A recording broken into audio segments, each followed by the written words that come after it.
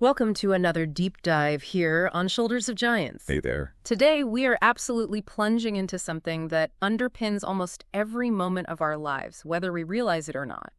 Our intricate, often frustrating relationship with time. Yeah, it's a big one. We're pulling insights from a source that fundamentally challenges the way most of us think about being productive, managing our schedules, and frankly, just living. That's right. And the source material for this deep dive hits you right away with a stark, almost uncomfortable truth. It asks you to consider your lifespan in a very specific unit. Assuming you live to be 80, the average human lifespan is only about 4,000 weeks. 4,000 weeks. Wow, when I first read that number in the source material, it stopped me cold. Yeah. 4,000 weeks. Think about that number in the context of the vast, unimaginable history of life on Earth stretching back billions of years. Our entire existence potentially crammed into just 4,000 weeks. As the source puts it, it's absurdly, terrifyingly, insultingly short. It really does strip away any sense of limitless possibility, doesn't it? Totally. It forces you to confront a profound finitude that we usually try very hard to ignore. Absolutely. And our source material for this deep dive is specifically drawn from excerpts of the powerful book, 4,000 Weeks, Time Management for Mortals by Oliver Burkeman. Great book. And our mission today in this deep dive is to take the key insights from these pages and truly unpack them for you. Okay. We're going to look at why so many of us feel this constant gnawing struggle with time, why the conventional solutions we desperately grasp onto often make things worse. Right, the quick fixes. Exactly. And what a fundamentally different approach, one that accepts our inherent limitations, might actually look like. Okay, let's open up this world. Let's start with the feeling that drives so much of this. If you're listening, chances are you felt it, that sense of being perpetually overwhelmed. Right. Maybe a dull thrum of anxiety, or that unsettling feeling that time is just accelerating, slipping through your fingers no matter how many productivity hacks you try. You're busy, sure, but do you feel effective? Do you feel in control? That feeling is epidemic in modern life. And the source argues it's because modern life throws genuinely impossible demands at our limited time. Impossible demands? How so? Well, think about it. We are exposed to an infinite scroll of information, an endless stream of potential tasks, emails, messages, and a culture that constantly tells us we should be doing more, achieving more, experiencing more. It's just too much. And what's fascinating is, as the source points out, this isn't entirely new. This feeling of being out of sync with time, of life speeding past before you've gotten your life in order, was observed over a century ago. Right, it's got history. The source references Arnold Bennett's 1908 book, How to Live on 24 Hours a Day, where he talks about people feeling haunted by the feeling that the years slip by and that they have not yet been able to get their lives into proper working order.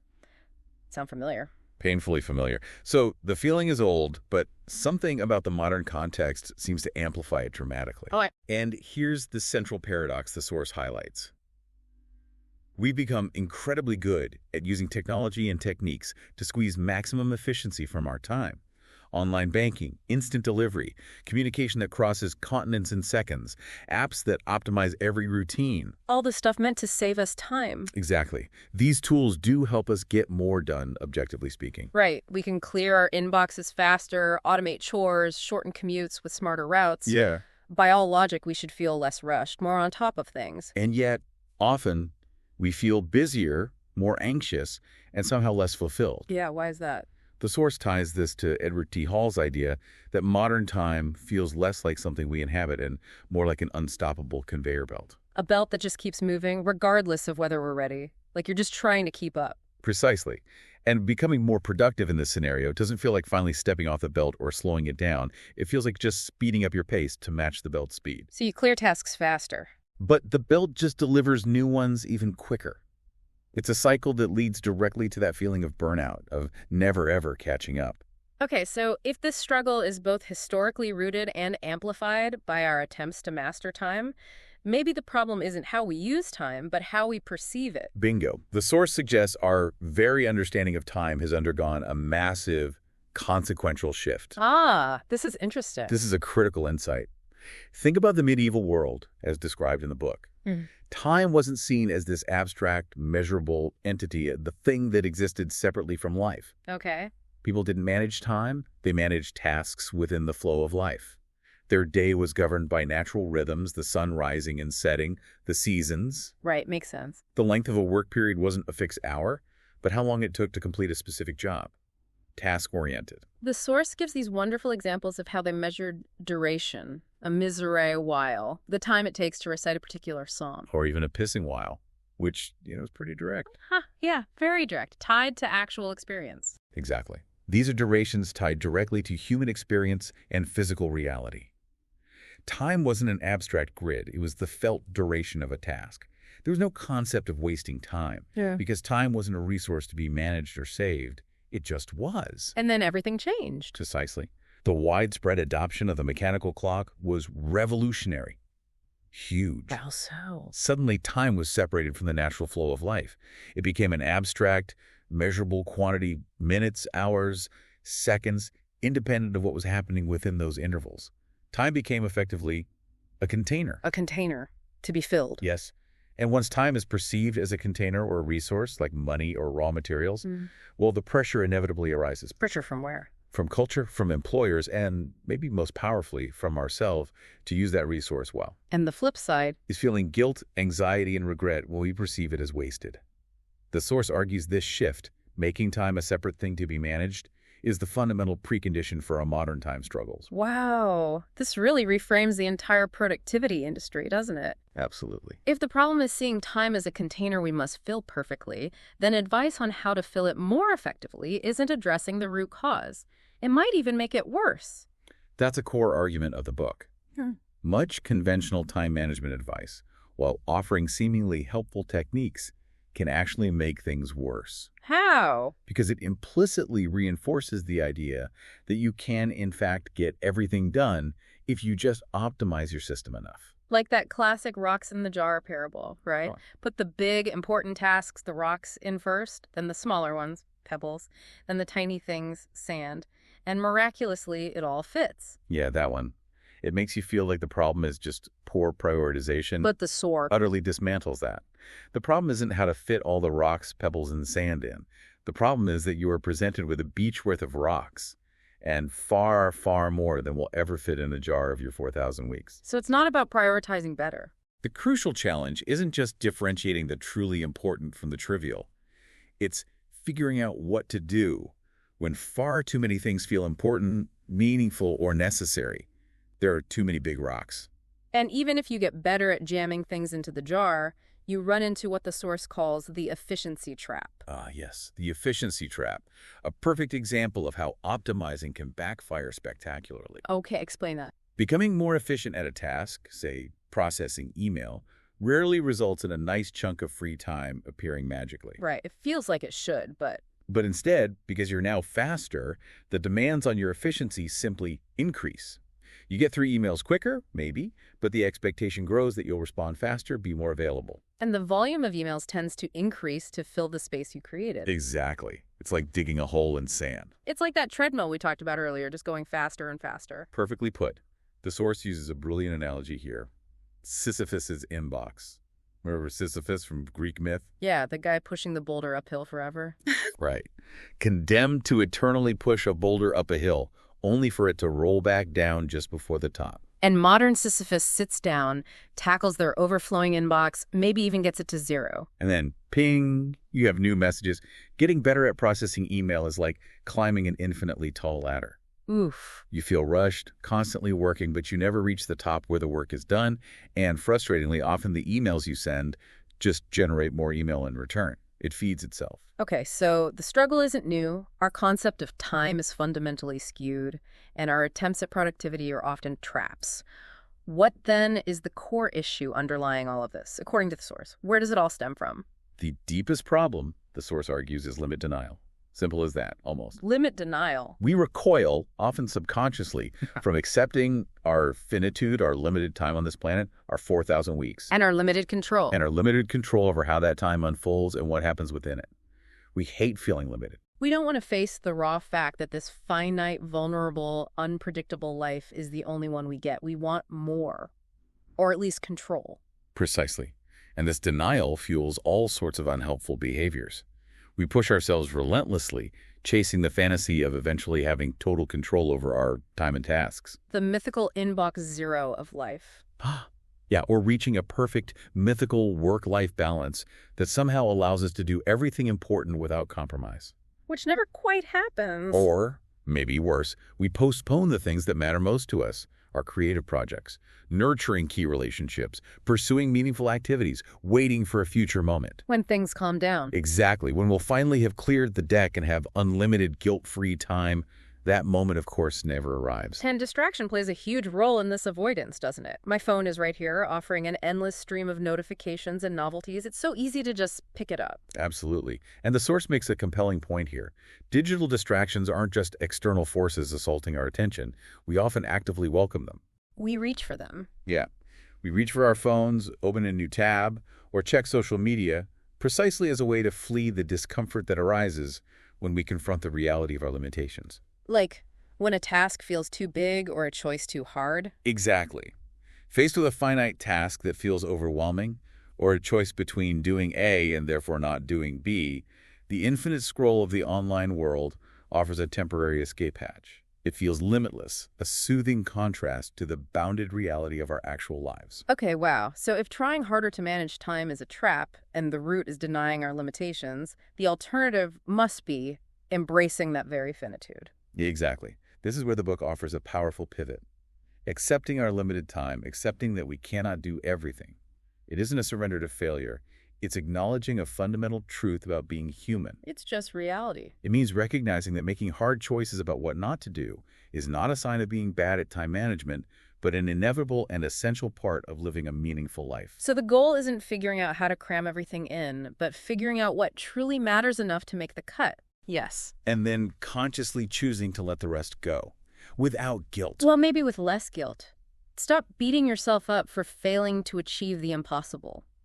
The moment you truly internalize that getting everything done is fundamentally impossible, not because you lack discipline or the right app, but because reality is finite and full of demands, then you gain the power to resist those infinite demands. And you can focus your energy on building a meaningful life within your very real, very limited constraints. This actually sounds incredibly liberating, like taking a weight off. The source even talks about finding a joy of missing out, JOMO instead of FOMO. It can be profoundly liberating. Seriously. The pressure to keep up, to do it all, is exhausting. Realizing you can't do everything removes that crushing weight. Yeah. And here's the deeper philosophical point the source makes. The necessity of choice, of having to miss out on some things, is what makes your choices meaningful in the first place. If you could do absolutely everything, your choices wouldn't carry any weight. They wouldn't define what you value. Choosing this means not choosing that, and that gives your choice significance. So accepting that you'll never get everything done is the pathway to figuring out what truly counts, and then actually doing that. Yes. Since the to-do list is infinite and you'll never reach the end, the route to psychological freedom lies not in trying harder to clear the list, which we know is futile, but in letting go of the fantasy of completion and instead focusing your energy on doing a few things that genuinely matter to you. Okay. And for those things that truly matter, whether it's a personal creative project, spending quality time with family, engaging with your community, the source offers a practical idea. Pay yourself first with time. Right, like with saving money. How does that work with time? This means dedicating time to these priorities today, doing some of it, no matter how little, even if it means other seemingly urgent things get neglected. So don't wait. Don't wait. The temptation is always to wait until you've cleared the decks, till you feel caught up, to make time for what really matters. But that day never comes. Because the decks never stay clear. Never. You have to carve out the time now, accepting that other things will fall by the wayside because of it. And that's okay. Which, again, requires embracing that finitude and the need to make tough choices. And it also requires patience, which the source highlights as another key virtue in this new approach to time. Patience. Yeah, that's a tough one for our culture. Definitely. Patience is something our culture often dismisses in its rush for instant results, instant gratification. But there's immense value in allowing things to take the time they inherently need. Like letting a process unfold naturally. Exactly. The source uses the German term Eigenzeit, the idea that things have their own natural pace, their own time. Our culture is deeply impatient. We try to force reality to conform to our desired timelines, to speed things up constantly. And that impatience just makes us miserable and stressed. Often, yes, and it can actually be counterproductive. Rushing important processes, creative work, relationship building, learning can compromise their quality or lead to mistakes. Patience is the recognition that some things simply cannot and should not be accelerated. The source also touches on the idea of trying to, be here now. Which sounds good, right? Mindfulness, presence. It does sound good, and presence is valuable. But sometimes the very effort to have the perfect or most intense present moment experience, it can backfire. It becomes another form of optimizing, another way we try to control our experience of time. How does that work? Like trying too hard to feel profound awe at a famous landmark. You end up thinking, am I feeling enough awe? Or the example from a Carnegie Mellon study where couples were encouraged to schedule sex more frequently. Oh, dear. Which often made it feel like a chore, draining the spontaneity. It becomes another form of trying to instrumentalize time, to force it to yield a specific outcome, even if that outcome is perfect presence. So you're evaluating the moment based on whether it's meeting an expectation rather than just living it. Exactly. You become self-conscious, evaluating the feeling instead of just feeling it. The source suggests the alternative isn't trying to force presence or optimize your current experience. But what then? But simply dropping the effort to escape the inherent discomforts or limitations of the moment, allowing things to unfold as they are, accepting the moment for what it is, not what you think it should be. Okay, that makes sense. Speaking of optimizing and trying to control, the source makes a really thought-provoking point about the cost of convenience. Yeah. Convenience, the holy grail of modern life. We're constantly sold convenience as a way to save time, right? But the source argues it might be eroding something valuable in the process. Convenience can certainly free up minutes in our day, that's undeniable. But the source suggests it often strips away meaningful aspects of life, almost sneakily. The brief, unexpected social interactions that happen during slightly less convenient transactions like chatting with a cashier instead of using self-checkout.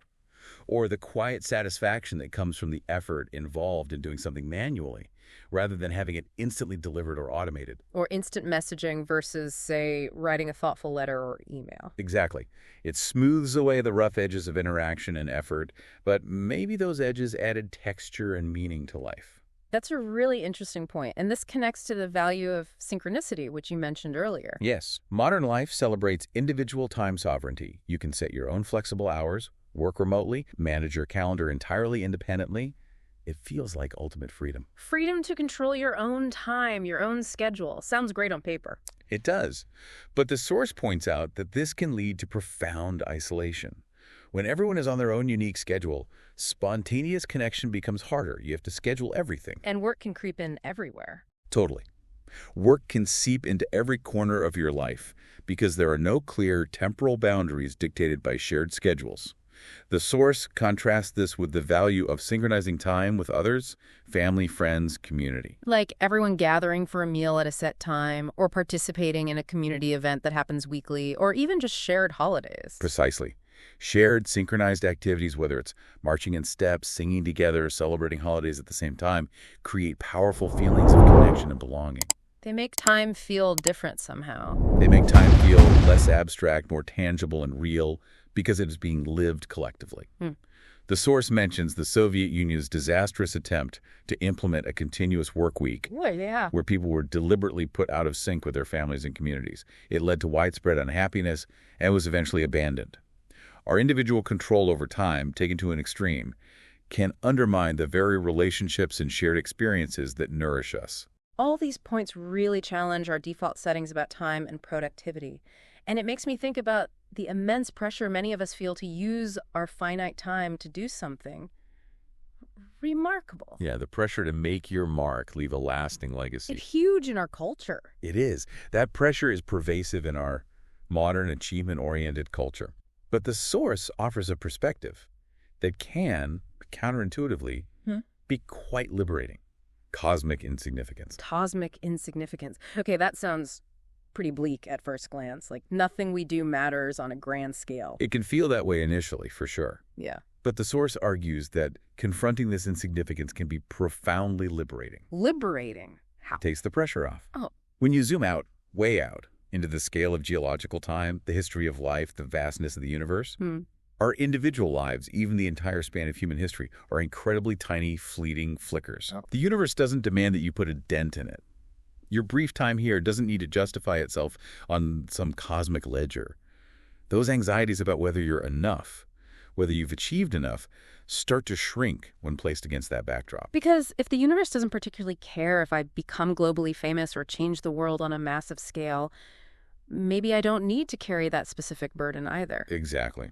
The source suggests that doing justice to our 4,000 weeks isn't about striving for some abstract, demanding standard of remarkableness imposed from outside. So what is it about? It's about refusing to hold your life to that impossible benchmark and instead focusing on experiencing life as concretely, finitely, and often enough, marvelously really is. Finding meaning not in some future state of perfect achievement or productivity, Which we know is a mirage. but in being fully present for the messy, imperfect, sometimes wonderful, sometimes difficult life you actually have right now. Focusing on the few things that truly matter to you in themselves today. It really is a shift from trying to manipulate time to get everything done to choosing what to commit your limited time to. It's a very practical philosophy, actually. Practical how? Well, the source encourages asking yourself challenging questions derived from these insights. For example, where are you pursuing comfort or ease when maybe some discomfort is actually necessary for growth or meaning? Ooh, good question. Or where are you seeking security from a future that you can't possibly control anyway, trying to nail everything down? And applying the insight about the limited rocks in the jar, dropping unreachable standards, and simply picking a few meaningful tasks from the overwhelming rubble of everything you could possibly do. And starting on those today, even just a tiny bit. Yeah. Yes, it's about embracing what you might call radical incrementalism, or maybe just focusing on doing the next right thing. The next right thing. I like that. Instead of being paralyzed by the sheer volume of everything you think you should be doing, or by the uncertainty of the future, you focus on the immediate, concrete action that feels most meaningful or necessary right now.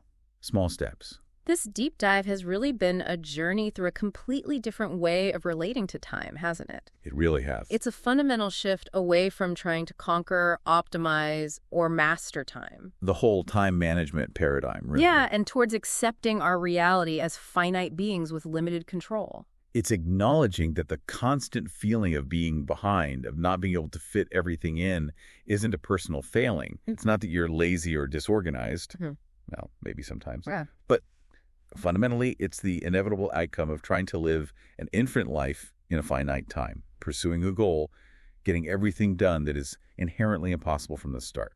So, as we wrap up this deep dive, here is a thought from the source material to leave you with, something to really chew on. What would you do differently with your time today, right now, if you knew, truly knew in your bones, that salvation, that mythical future state of finally having everything done, of being completely caught up, was never coming? Oof, that's a big one.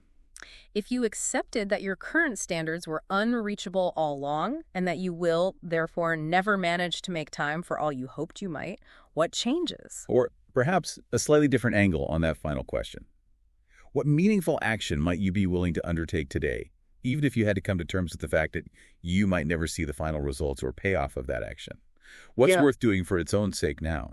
Powerful questions that cut right to the heart of how we spend our days, our weeks, our 4,000 weeks. Indeed. Lots to think about. Thank you for joining us on this deep dive. That's all for today's video. If you think this topic helped you or found it interesting, feel free to investigate further and read the book. Hopefully, you can take something you learned and apply it to your own life. If so, share it in a comment below. Thanks, everyone, and have a great week.